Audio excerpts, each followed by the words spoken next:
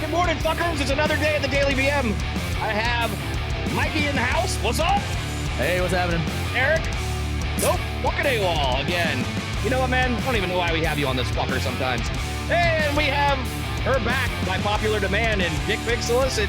Hey, we have Crystal. What's up, girl? How are you? You know, another day, another dollar. I'm absolutely fantastic. Thanks for asking.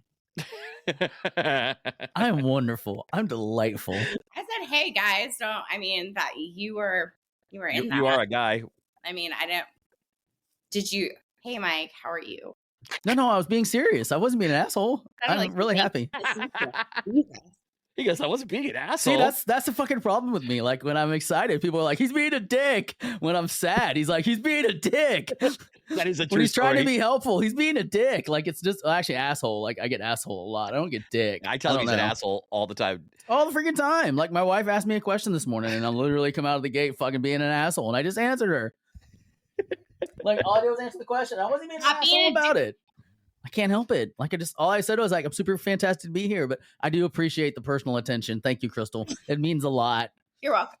Yeah. I think Crystal should be like a once a month regular on the show. Yeah. I think she should replace Eric full time. We could groom her to replace Eric over time. 100%. What do you think? What do you think, Crystal? I don't think she's any grooming. Plus, I don't think in 2023 you can say grooming because I think that means something completely terrible. Oh yeah, it's true. It does. It's sexual. Never mind. Probably hurt somebody's feelings too. You probably Yeah. So I feel like I'm so short because I'm like sitting like your this. feelings. do Wait, like once a week. Let me sit up here. I could come on once a week, she said. Do like once a week. Hey, sex life. All right. Hey, all right, we have a sex life. Yeah.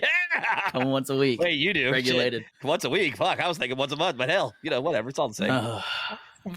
Yeah, I know. That's really sad. I know. It's just for commentary. It's not actually like that. I'm not having sex at least once a day in a relationship. I don't want it. Wait, once a day? Yeah. Bullshit. I'm going to call you out on that right now. You have to have sex every day. Yeah. If not, like it's probably With a toy? once or twice a day. I'm probably Jesus. I probably want it more than the guy wants it. If your appetite is that strong? I feel like they all say that until they get in a relationship. Yeah, And then they're like, dude, that's how they hook you. they're like, once you get committed and you're in like the ring, you're like, you know what? Those days are over. My sex drive is a lot different when I'm in a relationship. So what happens when you're not in a relationship? Yeah. Like you just wear out the vibrators. They're just like going through I them. mean, I'm just not like Auto ship. She invested Eveready's. I'm just not as like I don't know active or like. Oh. So maybe that's what it is. That's what it is. It's pent up. It's Yeah. pent up. Yeah, but are you? How long are you with these people? Just be honest. Like, how long are you in a relationship usually, on the average? 6 months to a year. Yeah, that usually takes about a year before you start dropping off on the sex drive with somebody. That's a fact, dude. It's normally around 2 years when it starts to drop off. I was with my ex for 5.5 years, and we had sex once or twice a day, every day. Fuck. Mike and I are both in a state of shock. We were like, what? No, it just reminds me of this Instagram thing where there's this challenge going around where it's like have sex every day for 30 days. And the guy's sitting next to his wife and she's all chipper. He's like, we've been doing it every day. We've never been closer. And he looks like he's just ragged and worn out. He looks like he's like been running on a fucking treadmill, like non-fucking stop. Just like, he's like, somebody put me in my miseries. I just can't do it anymore. So what's the most times you had sex in a day? Don't lie. Me? Mm-hmm. I'm going to see if 4? Got you beat. I just wanted to know. 4 times. Mike? Oh, like 3. And then I was just like, fuck this. Dude, I got bored with myself. I was such a horn dog.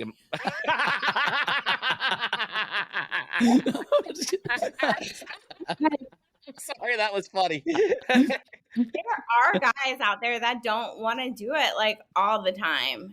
I was 19 and I literally had sex 9 times in one day. Okay, that's fantastic. 9 times. We were counting on a calendar. You've told us that story many times. All those but she hasn't heard it, asshole. Did you nut 9 times? Mm-hmm. Wow. What's that? What'd you say, Crystal? Did you get off all of those 9 times? Every single time. God damn. Because it wasn't like back to back to back. I mean, we spaced it out over that 12-hour period, but that we were hanging out. That's still pretty impressive. Yeah. I would Yeah. say so. And I mean, I could bring her on the show and So, she would vouch for it. Trust This me. is an interesting question. Then this is something that maybe Crystal, you can answer for me, and Brad.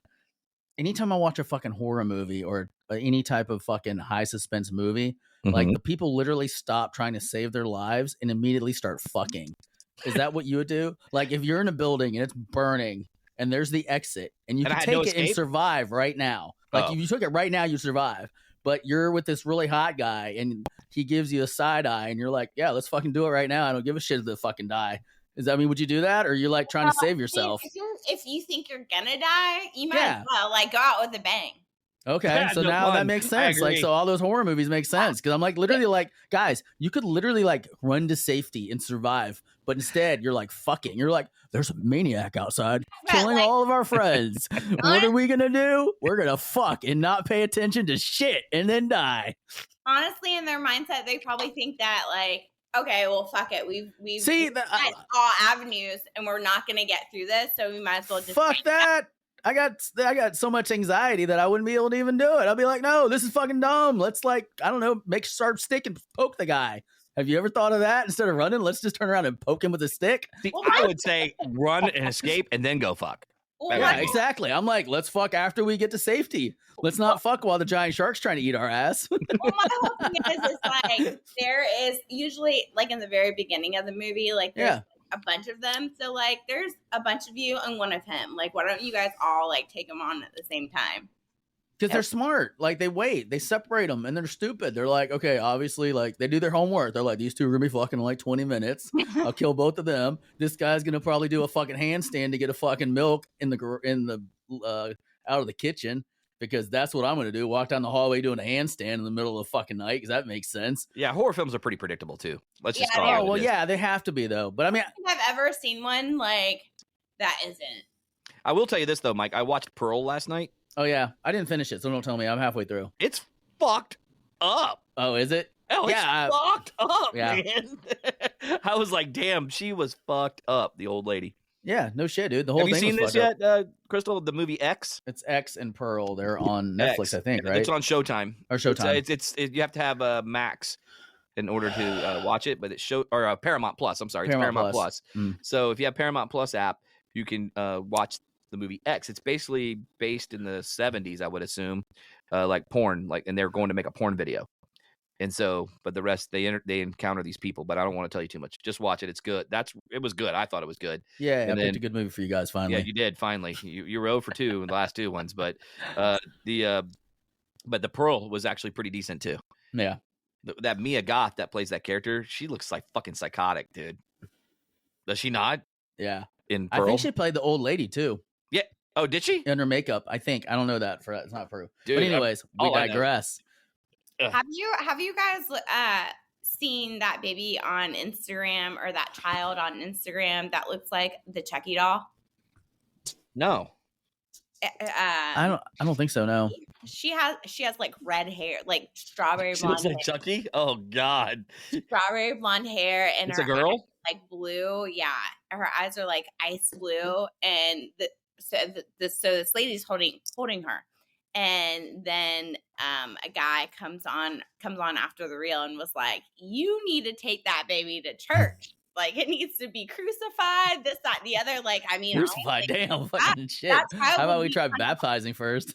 that was Ooh, she is weird.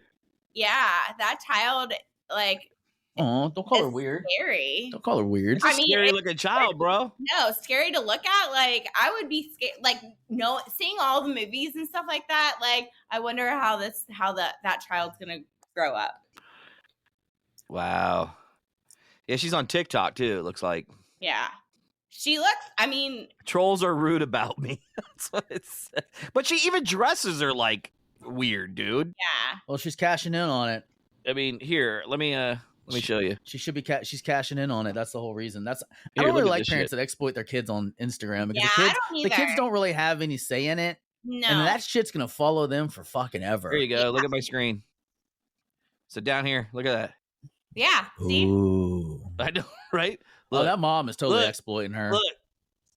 That mom's totally exploiting that poor Like, child. look, that child is Oh, you can even tell the mom the Instagram bitch too, or TikTok. You Yeah, look at look her, at- yeah, look yeah, at it right here. Look on the See? left. You can tell. Yeah, totally. Oh yeah, totally.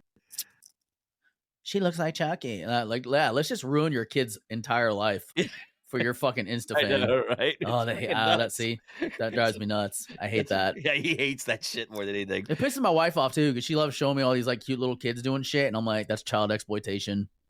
I hate watching TV with him now. The child doesn't have a say, so like it's not fair. Like, and it's gonna follow them the rest of their life.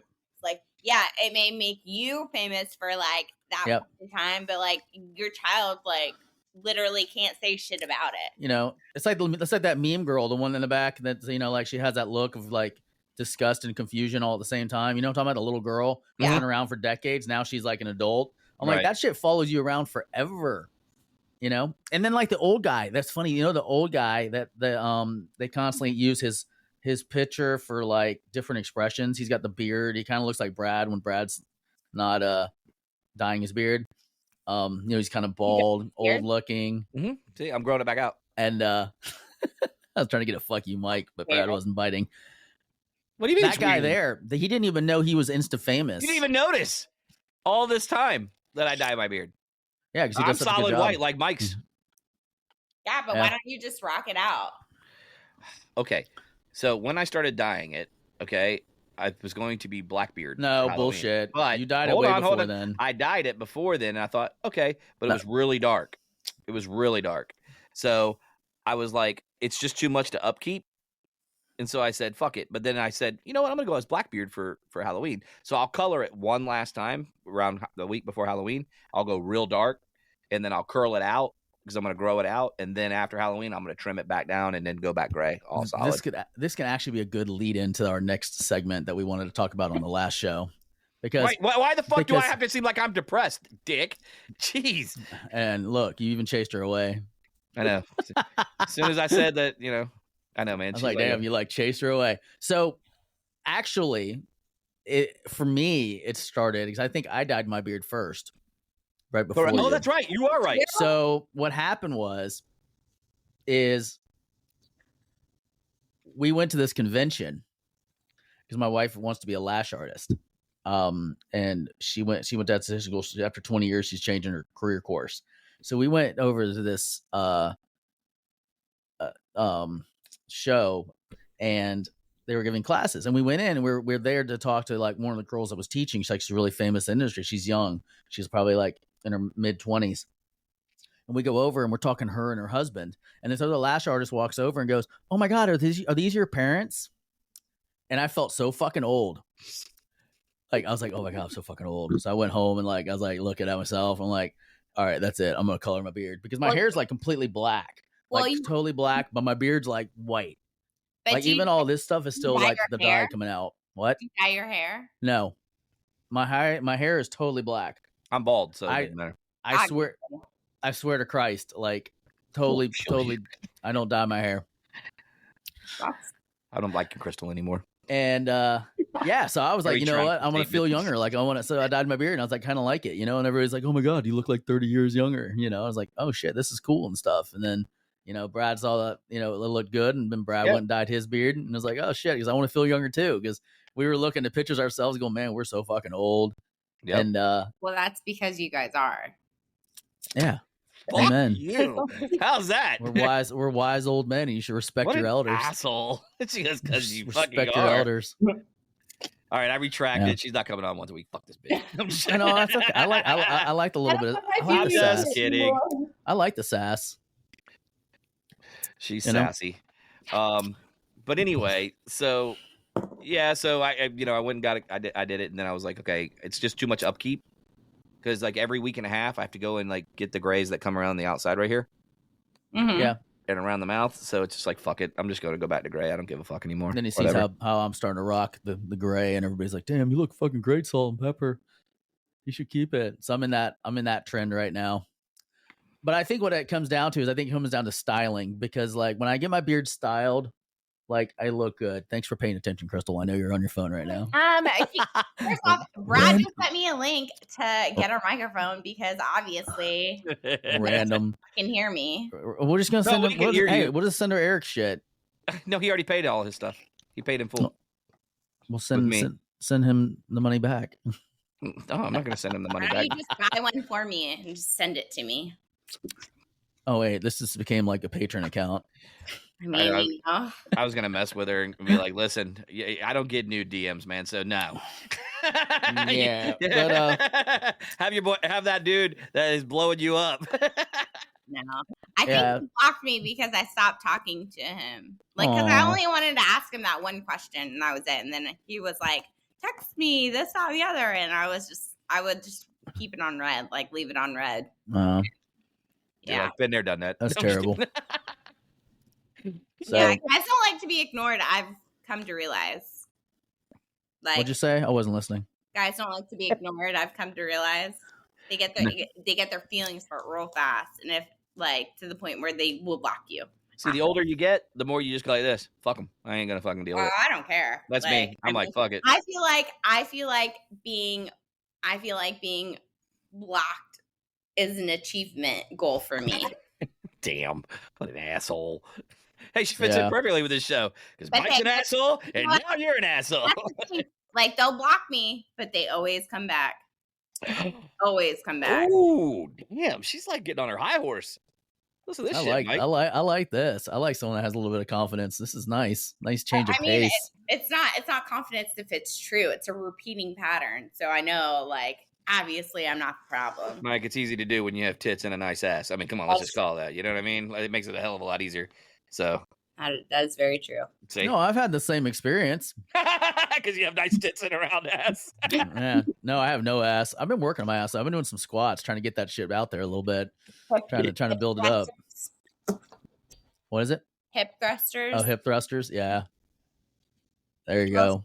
Kettle swings will help that too. Mm-hmm. Yeah, I got a kettlebell. Yeah, working on that. But hey, so there was a topic you wanted to discuss, Crystal, and we were going to lead into it. So I really want to focus on male depression. I feel like depression in general, obviously, is a sucky, like, it's a sucky topic to talk about, but like, I feel like women are more prone to being like asked if they're okay, like, and because they talk about their feelings more, and like on social medias and stuff, you always see like a woman, like, you know, a girl, a lady, or should I say, like, being depressed or admitting to depression or admitting to like almost committing suicide, or, you know, just like about their feelings. And I feel like guys are definitely do not. And I feel like that's why like guys tend to be the ones that actually do commit suicide, and they're not, there's no limelight on that, and that sucks. So why do you think guys are like that from your perspective? I feel like, and it's funny too, and it's the guys that can talk to people, like have people in their corner that they can talk to, they just don't open up to them. And it's been, like I said, it's been over time from generation to generation for guys to be the, you know, the protector, the, you know, not to have feelings, not to cry, not to, you know, not to have all these things going on, but being able to control all those things from another person or your family or whatever. And then on top of all this other shit that you're going through, like, there's no outlet or avenue for you.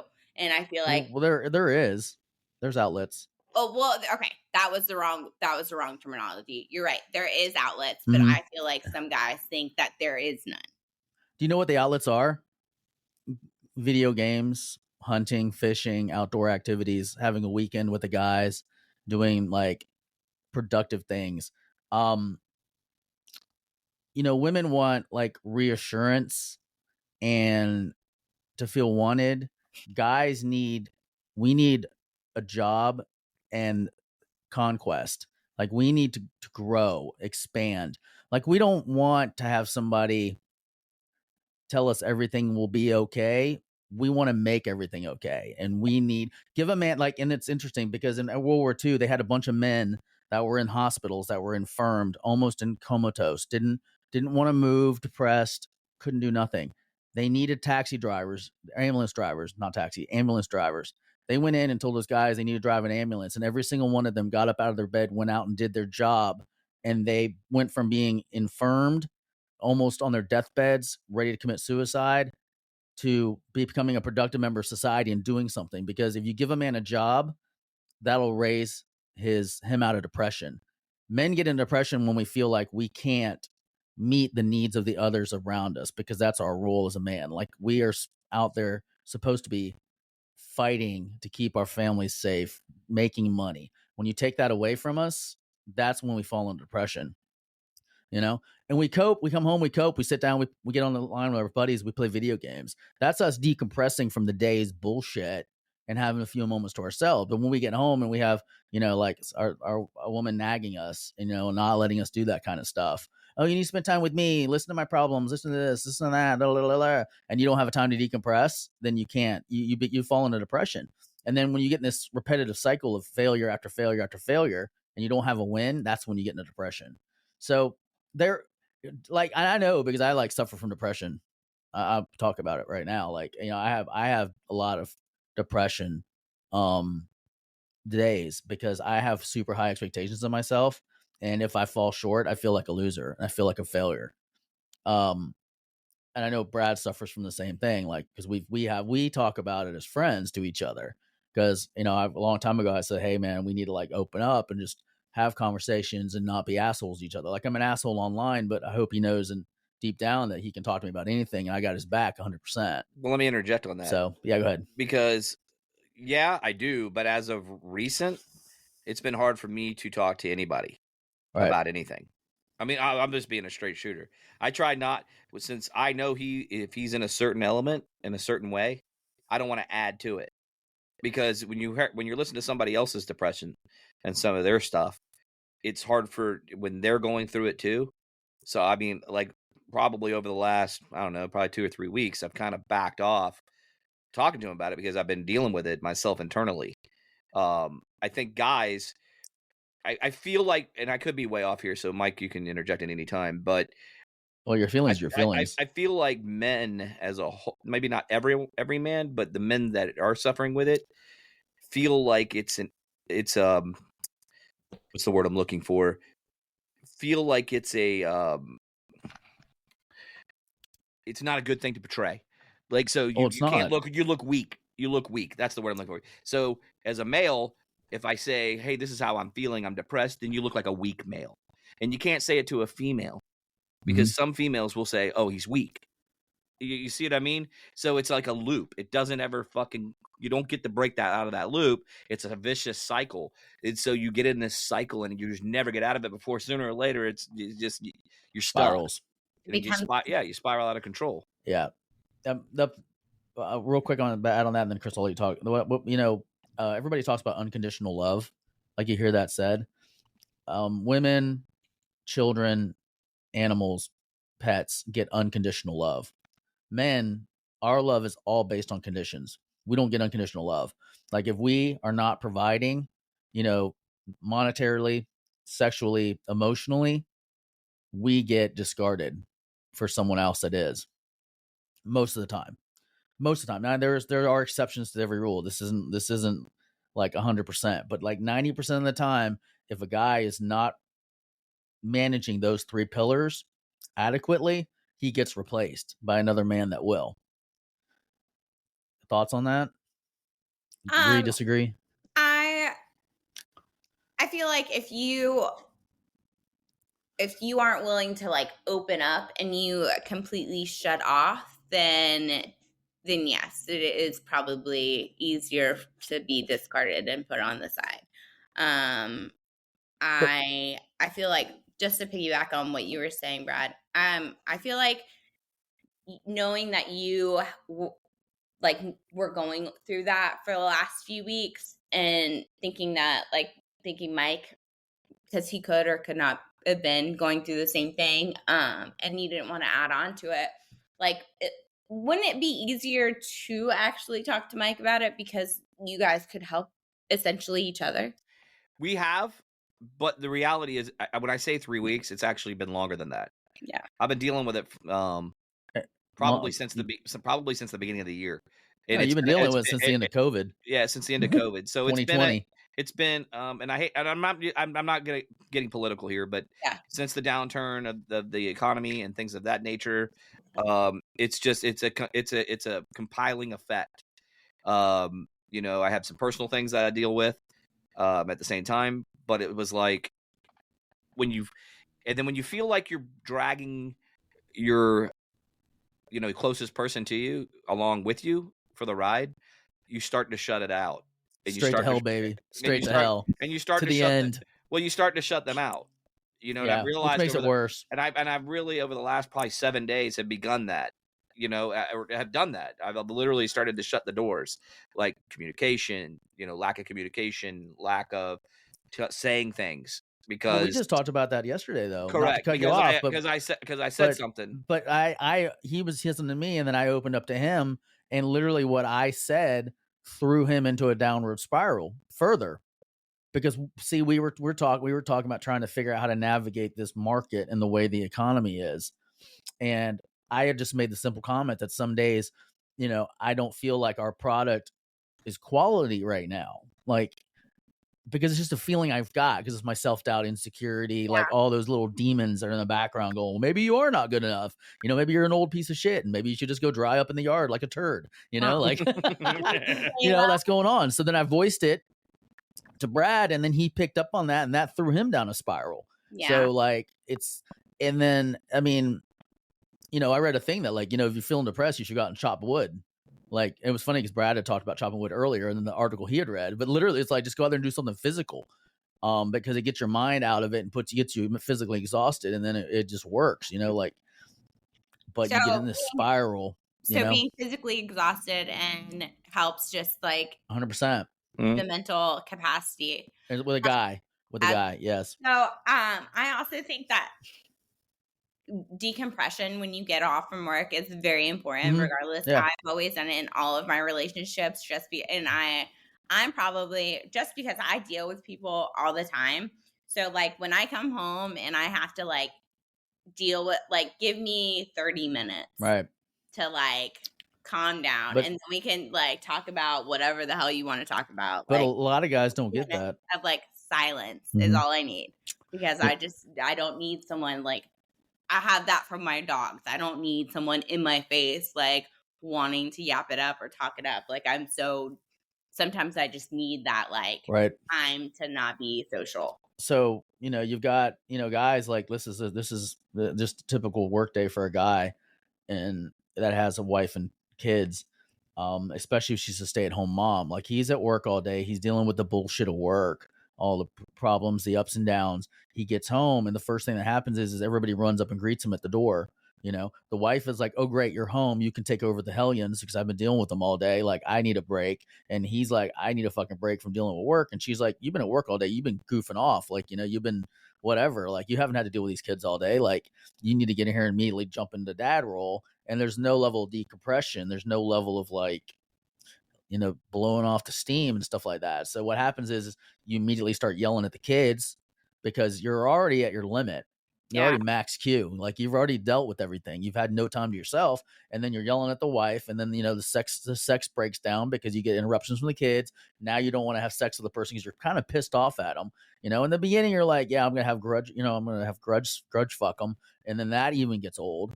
And then the next thing you know, you're like, you know, down this deep, dark spiral. No one understands.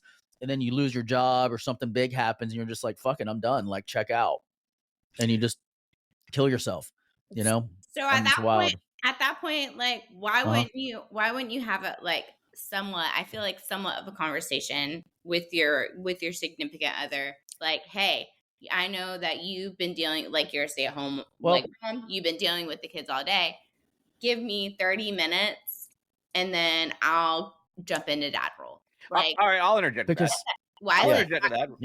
Like, I feel like that would break down so many barriers at that point in time, and you wouldn't go into that. You know what I mean? Like, just one simple conversation can stop so many things. All right, well, let me tell you about that one. Okay, that all sounds good on the outside, but on the inside, that doesn't happen, because what happens is you get home, and then they think it's them. Now, you might not be like every other woman, but a lot of women that I've known throughout my life will be like, they won't give you that 5-minute slack. They think that there's a problem. They want to try to solve it and be a fixer of it. Yep. Versus just saying it's not. I mean, it goes back to the old adage. It's not you, it's me. I mean, nobody likes hearing that. But at that particular moment, when you're dealing with a depressing issue, you've had a really shitty day. It is me. It isn't you. It's me. And I just need to be away and just get away from the whole entire day for 5 minutes, maybe 20 minutes. Yeah. It's kind of like the old adage when you get into an argument with your girlfriend or your wife. Realistically, I have been told, and this is by multiple people from marriage counselors back from my first marriage. All right. And I still didn't learn my fucking lesson about it. But I still haven't. I'm still trying to work on it. You should, if you get into an altercation where you're screaming and yelling at each other, you put the brakes on it right there and go, I'm leaving for 20 minutes. I'll be back. And that way people can calm the fuck down. Oh, I do all the time.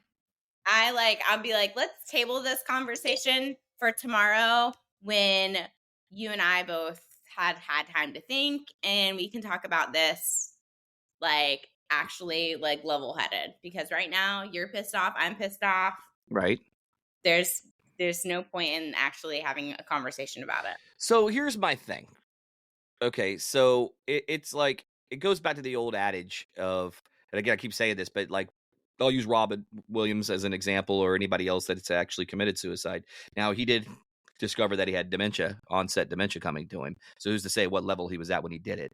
But most happy people that portrayed on the outside are usually dealing with inner demons, and they don't tell anyone. Like, I put on a big smile and a big face, even on the show at times. You know what I mean? That's just the way it is. But deep down inside, man, I'm fucking getting killed. I'm getting punched like a punching bag emotionally, but I'm just dealing with it the only way I know how. I'm not saying it's the right way, but it's hard. It's so hard to be a man in today's world. And again, but you get crucified for being weak.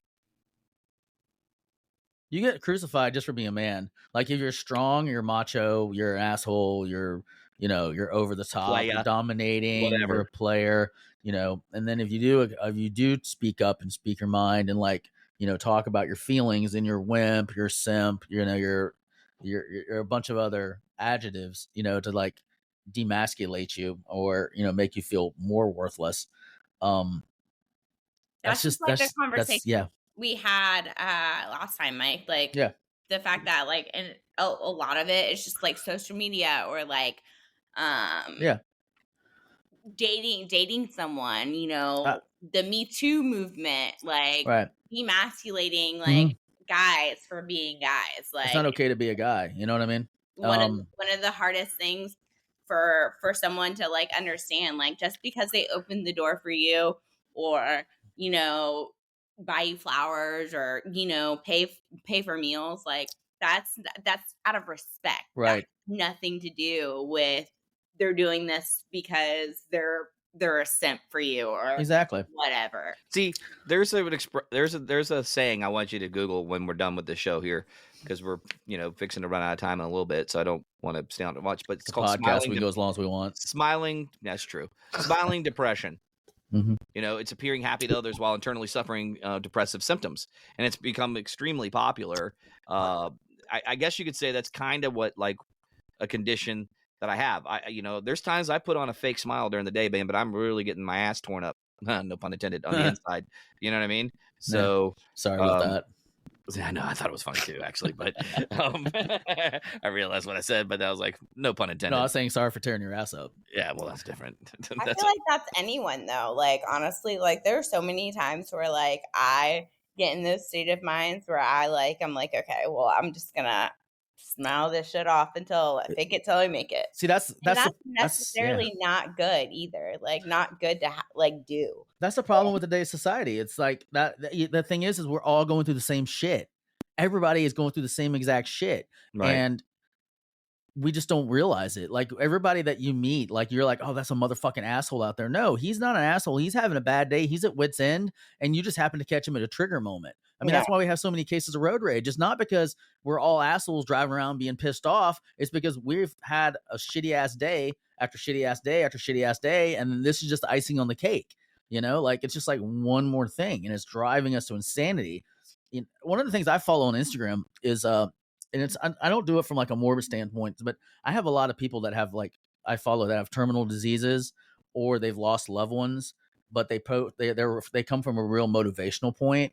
I do it for two reasons. One, it reminds me that there's people out there that have way worse than I do, and they're keeping a positive attitude, and they're trying to make a difference with what time that they have left on the planet.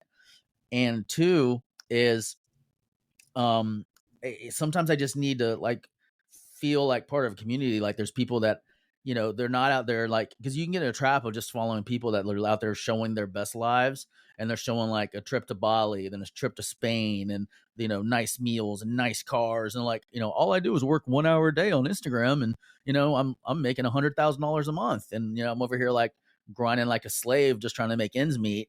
And and I've got a really good life, so I'm complaining for no reason, because there's people have it way worse than that. So it's kind of Right. like just a reminder of like, hey, it could be way worse and it'll always be better. And then it's such a struggle though. And there's talking, and the problem, like when I talk to my significant other, like my wife, if I go and say, listen, I'm really concerned about this month, the economy's going down a little bit and we need to cut back, like she immediately goes into like straight up panic mode and is like, oh shit, like I can't do this, can't do that, like I gotta tell our friends we're broke, like, and that makes me even feel more shitty as a man, as a husband, because now it's like, okay, you're making it worse. Like you're taking my insecurity that I've kind of shared to you in confidence, and you're broadcasting it to the world, and you're taking it to the extreme. It's like, well, I guess I was gonna get like my haircut, but now I can't. I'm just gonna wear it in a bun because can't afford the haircut. And no, it's not to that extent. It's just like, I just want to keep an eye on it, just make conscientious purchases, things like that, because it's and a lot of it is like, guys have a problem. Like, here's the thing, like in the past, we heard a noise in the woods. It was probably an animal that wanted to kill our family. We either went and chased it out, or we moved our family to safety. The threat was gone. We could relax. Now the threat never leaves, because it's on all fronts, and it's all the time, and it's all hypothetical. It's like, what happens if I don't have money to pay rent next month? Well, every month for the last 40 years, I've always had enough money to pay rent. Well, why is next month going to be any different? Right. But I still worry about it. Just to piggyback what you said, like, I mean, we're all going through it. So like, why make life harder? Like, you know what I mean? Like, I feel like a simple conversation can save so much. And sometimes, like, and I understand that it's definitely hard, like from a guy's standpoint for being depressed, but I feel like also like, let's normalize like having guy friends that actually talk to you about shit, like instead of like, guys do. Well, hold on, because I'll interrupt you, Crystal, because I think it's great that you're even on this podcast talking about it as a female. I mean, because that's really kind of unheard of at times, where a female will say, hey, listen, I think it's okay to talk to me about it. Yeah. You know what I mean? I'll be honest with you, like, a guy point, like, and I'm happy in my marriage and stuff like that, but you're a very attractive woman, and for me to open up to you, it's making me feel less of a man, because it's like, here you see me kind of raw and exposed, and I'm feeling like it's being judged upon me. Does that make sense at all? No, it does make sense, but like, obviously, like, that's definitely not, you know what I mean? Not the case, like, whatsoever. Like, I feel for you, like, but, and I like, it's like one of those things, like, this is a judgment-free zone. Like, you know what I mean? Like, however you feel about, like, I'm going to give you those 10 minutes to vent about whatever you need to vent about. And then after that, we won't talk about it Which anymore. is easy. That's why I recommend like guys going to see therapists. Like, my therapist that I talked to for a long time, she's a beautiful Colombian woman. I mean, she's like drop dead gorgeous, Way to make me feel secure. No, but I'm just saying, like she's like, like she's like beautiful, but I can talk to her because she's a stranger. What's and it's her like, name again? I'm not. I sent her to you, Brad. I thought you went. Like, what I liked about her, she just told me exactly how it is. But for a guy, it's difficult. Like, here's a prime example. Okay, we've had a really stressful day at work. We're in our head. We're kind of fucked up. Are we really fucked up in our head? We get home. We want to get in an intimate relationship with our wife. We have to like get an erection and be able to perform.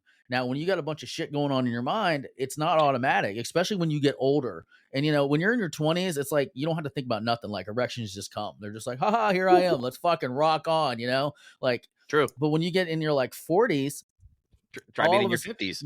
Yeah, 40s, 50s, sometimes 30s. You know, the stress of the day can fuck up your erection. You can literally be in the moment, good to go, and then lose it. something will pop in your head, and you think, oh, I'm fucking, shit, I got fucking problems coming up down the road, and it just sneaks in. It's invasive, and all of a sudden your erection goes down, and then your significant other's like, oh my god, it's me. You're not attracted to me.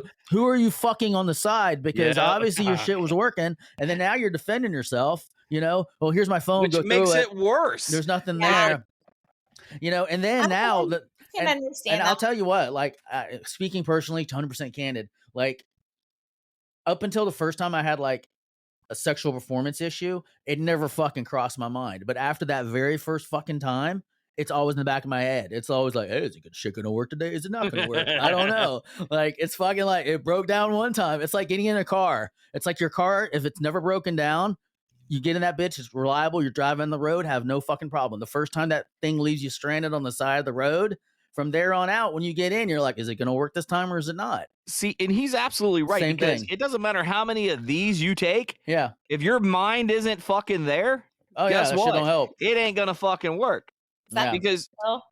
No, I can't take Viagra. I take a daily, like 5 milligrams of Cialis. Yeah. But now that I take testosterone replacement, because my testosterone TRT, was low, yep. I do TRT replacement. I've seen no pun intended, a huge uptick as far 100%. as like being up, because I have my testosterone levels back. I feel like a dude. I have good energy levels. So it does work. That's the other thing too. Like, I feel like the medical community is against men as well, because back in the 70s, like, average testosterone level should be around 800 to 1,000. Yep. Now the medical average, or not average, but the medical before you can get prescribed is like 200. Like, they won't do anything to your 200. Like, and I'll tell you what, like, because we were both low, we both had low T, because we're both up there. I'm 47, Brad's 52. And when you get to your mid 30s, it starts dropping, because if you think about it, 100 years ago, the average lifespan for men was like 50, 60. So we would be almost to the end. I mean, really, I'm not being an asshole. I'm just saying, like, this is the decline. Like, this is like, we were towards it. Like, some guys would live in their 80s. Actually, you're a little 60s. High. It was like 45, I believe. Yeah. Yep. That's so crazy. so like that, like right now, I'd be like the old wise man in the fucking tribe. Like, everybody would come in, hey, Mike's been around for many moons. He knows what he's doing. Like, go ask him. And and so when testosterone's at 200, like, I can tell you, like, 90% of my depression has gone away because my testosterone is back to where it needs to be. So I have the fight back in me. I still have the problems, some of the problems, dip, but it's not as bad. I mean, Brad's way better than he was a year ago. So do you think that ultimately, like, maybe like dudes that are dealing with it like so hardcore that maybe it could be low T, and they guys don't want to talk about it. You should go get it looked at. I think any male with a testosterone level below, I would say below 300, probably even below 400, honestly, if you're feeling like shit and you feel like, okay, so I have no problem admitting this, where you feel like you're tearing up, just from things like whether it's a movie or anything that emotionally gets you, because your estrogen, it's almost like you're taking estrogen, because your body's changed. I implore you to go out and start taking TRT and consider it as, obviously you want to do it under medical supervision. Yes. You don't want to just go buy some shit on the street, but go get in front of a doctor, talk with your doctor. If your doctor doesn't agree with you, then go find another doctor. I mean, because honestly, my doctor said, hey, you can do whatever you like. She was like, blah, blah, blah. If it makes you feel good, fine. So I have a nurse practitioner that I deal with, and he is familiar with it. And that's all he sells, that and some other things, but it's like, it's Apex Medical, and Apex Medical, fucking amazing, like, amazing guy, man. Like, and Apex Medical, I actually get messages because I comment on his ads that run, and because I know him, we know him personally. Yeah. And the thing is like, and they're like, hey, is this legit? Because I saw that you were commenting on his post. I go, 100%, man, he's great. Boom, he gets a deal from it. You know what I mean? This helps so many people, because I didn't know that could even be a thing. You know what I mean? Test your testosterone, man. Get it tested. I feel like that would help. Yeah, I mean, there was times there when my testosterone was like in the 180s, and my doctor was like, "Oh, you're only 180. That's not bad. I mean, it's only like 100 points off." I would literally be crying at the stupidest shit, Like, and I'm not talking about like just like little. I mean, I'm full on fucking flowing out, dude. sobbing over dumb shit. Not like just seeing stuff, like watching like a father play with his like kid basketball or ball or something like that, and going, man, I'm so fucking old, dude. Like my kid's like 20, like she don't need me no more. Like nobody fucking needs me. Like everybody at work is doing just fine without me. Like why do I even need to be here? Like I'm taking up space and oxygen for no fucking reason.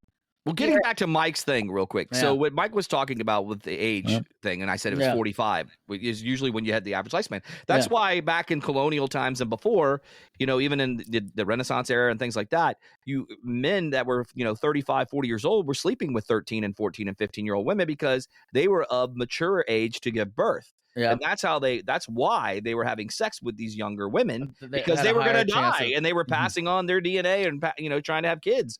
And women of that age had a higher chance of surviving childbirth. And so testosterone levels, I know, but like now, oh yeah, they have. Did you know what we're talking about? Childbirth. Back then, like if you were in like your 20s and you were giving childbirth, you had the mortality rate of you and the child was much higher, like almost 50% higher than a woman that was like in her 15, 16, 17-year-old age, just physically. Correct. Oh, yeah. I mean, did you know that like before we pasteurized milk in 1910, that infant mortality was 50%, and most of that was because they were getting sick from the unpasteurized cow's milk they were drinking. And now you got these wackos out here that are trying to push unpasteurized cow's milk again. Yeah, fuck that. For benefits. Idiots. No, do you want to get tuberculosis? Do you want to get all sorts of viral diseases? No, we pasteurize it for a reason. And all it is pasteurizing is just bringing it up to a boil and then cooling it off. Yeah. That's all it is. It's not like it's a crazy added chemicals. Killing all of those. They're like trying to pathogens. Yeah, all the bad stuff, and they're like, you're killing all the great stuff in milk. No, you're fucking saving people's lives. Don't people get sick? Yeah. So, but anyways, back to what Brad was saying. Back to what I was saying is like. Yeah, so that you had these people that that you would have sex with younger people as you were because you were getting close to your end of life. So the reality is now we have the medical knowledge, and I truly believe that if men should talk to their doctors, they should literally look at having their testosterone tested. If it's super low, I'm probably lowballing it here saying 200-300, maybe even in the 400 range. Get a bump in that testosterone. It changes your mindset significantly. Now you still deal with the everyday stresses, but you're not thinking of putting a bullet in your head. You know what I mean? Yeah, I feel like that would help tremendously through a lot of people, even though like you are younger and you may not think like, hey, this is like happening to me, but like it could very well be happening to you, and you don't know it's happening to you because you didn't get it tested.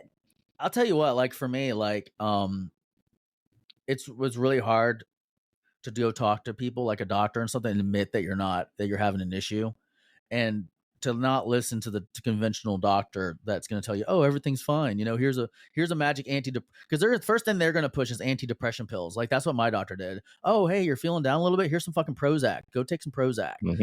Oh, here's some lorazepam. Oh, that's not working. Here's some Valium. Let's med you up. It's not like let's treat the problem. Oh, you got low testosterone. Let's fix that. They're like, oh, you know what? You might, it could cause everything first. Yeah, they're like, it could cause your sperm cell count to drop.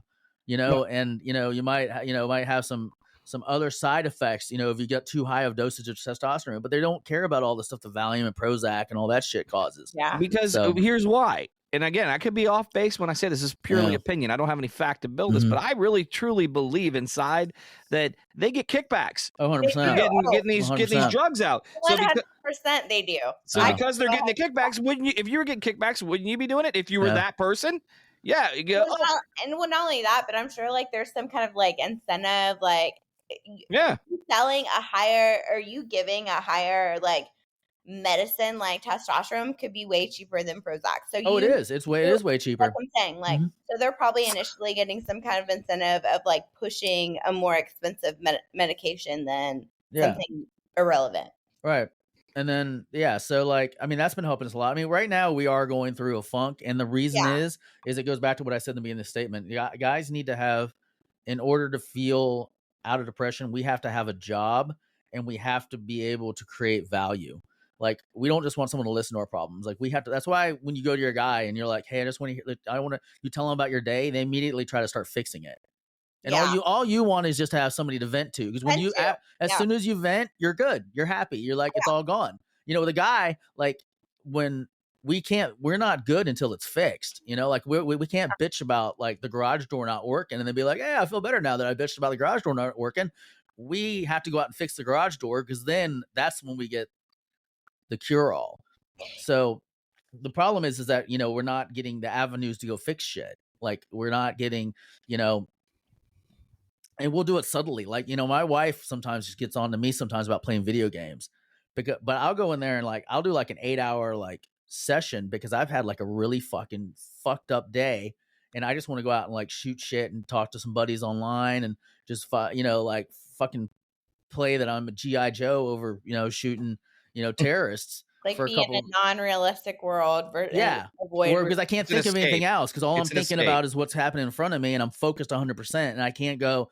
And then it's gone. Like it's mentally, I'm like, okay, man, that was fucking cool. Like I got to talk to my buddies, like, you know, talk to some random people, shoot some shit, or even played games by myself, you know, and just fucking was in a fantasy land for a couple of hours. Yeah, that's how I decompress. And I had the conversation with my wife, so she leaves me alone. You know, now when I do that, I'm saying, listen, it's not you. It's not I don't want to spend time with you. I just physically can't. I mean, I've told Brad that 1,000 times, because I'm more introverted than extrovert. And I've been like, dude, I'm emotionally drained. I don't have anything left in me to give. I can't go to this party. I can't go to this event because I can't do it. I just physically can't. Like I'm done. Sometimes your your social battery is just like completely 100%. Like, and you just you can't. Yeah, like, where see, like I have unlimited amount of energy when it comes to that. It doesn't bother me. But we're just wired differently. I'm an extrovert. I'm not an introvert. Sometimes, but that's the thing. Like I can be both. I can completely be inside like for 2 days by myself, not talking to anybody. And then there are days where I can go out every week, but guess what? Like next week, I'm not going to do that. But the difference is, because you and I think, are on the same wired like this. The difference is you can't sustain it. Like if every day you had to be on 100%, like you go to work, you interact all day with people at work, you come home, you interact with your spouse, your partner all day, all night, like nonstop, no break for yourself, you wouldn't be able to do it, because you're like me. Like I'm super like Brad. Like when we went to the Lakeland event, you know, you're like, oh, I can't believe you're so like, you know, out, you know, but you outgoing afterward. But I was doing it. I can do it. Like I can get out there and I can talk to strangers. I can be interactive. I can be funny. I can do what I need to do. I can blah, blah, blah, blah, blah. But then at the end, I'm like, oh, just like, you know, let me fucking just go read a book, kick back, relax. Like I can't do it for like extended periods of time, you know, like 4 or 5 hours max. And then I start getting like, oh, Jesus Christ. Like, I don't want to talk to you anymore. Like, let's move on, you know, like, well, like listen, even after podcasts, like I have to take a little while to decompress because I put so much energy into it. Agree. You know, like I don't know, like the male depression, I don't know if talking about it, it's a good start because it lets you know you're not alone. Because oftentimes as men, we feel like we're alone, like we're going through the struggle by ourselves. But we need to take it the next step, and that's take action. Yeah. Which is where Brad and I get tripped up right now. Like we get in these funks and spirals, and then we feel like we can't take action, and we just need to stop and take action. Bottom line. That's why I feel like it's important for like people to know that, like, especially for not just like males talking about it, like a female actually saying it too. Like there are people that you can talk to. Like even when your significant other is probably nagging, that's probably one of those things that you're just not talking about. That I agree. Avoid all of that. So just that one conversation. The fact that you just said that, let me provide some listeners in case you guys are dealing with some struggles yourselves, like like Mike and I do at times as well. There is a 24/7, 365-day a year treatment referral information service, whatever. It's basically the Substance Abuse and Mental Health Services Administration. You can call them at 1-800-662-HELP, or that's 1-800-662-4357. You can also, if you're ever on the limb, trust me, man, I think anybody's been there. But if you feel like you're on the fence, man, unfortunately, of men's suicide of any sort, hey, just pick up your phone and hit 988, man. And that's basically your suicide and crisis lifeline. You just give them a call. You don't let it get there though, because the problem is that men are so successful at suicide because once we get to that point, Correct. we're not going to stop. We're not going to get off the ledge. You know, it happened. If you feel like off, you need to start working on it now. Don't wait to get to that point. Search out other men. Hit us up at info@thedailyBM. Yeah, talk to us. Talk to us on our socials. I mean, we're open books. I mean, I play an asshole, but I'm not an asshole in real life. I mean, I'm there because I want everybody to succeed. And I'll riz you and rattle you because it's fun, but it's not. I'll never do anything to hurt anybody's feeling. Like I'll never do anything to hurt, like tear you down, because I'm here to build people up. I mean, that's what my mission is in life. Just shoot us an email at info@thedailybm.com, you know, and then we'll definitely respond, and we'll stay in touch with you if you're having issues. Crystal, just wanted to say thanks for coming on, man. We really appreciate it. You know, like I said, Absolutely. hey, the invite is there, so we can talk off air, you know. You know, Mikey, hey, you guys got anything before we get out of here? No, I'd just like to thank Crystal for coming out. It was a lot of fun. All right, guys, don't forget, follow us on the Tiki Talk and on the Tiki Machine _ the Daily BM. You can also find us on Facebook and Instagram @ the Daily BM, or the website, dailybm.com, Hey, Mikey, we're done. Let's get out of here. Crystal. Have a good one. Bye. We'll catch you guys on the flip side. Deuces.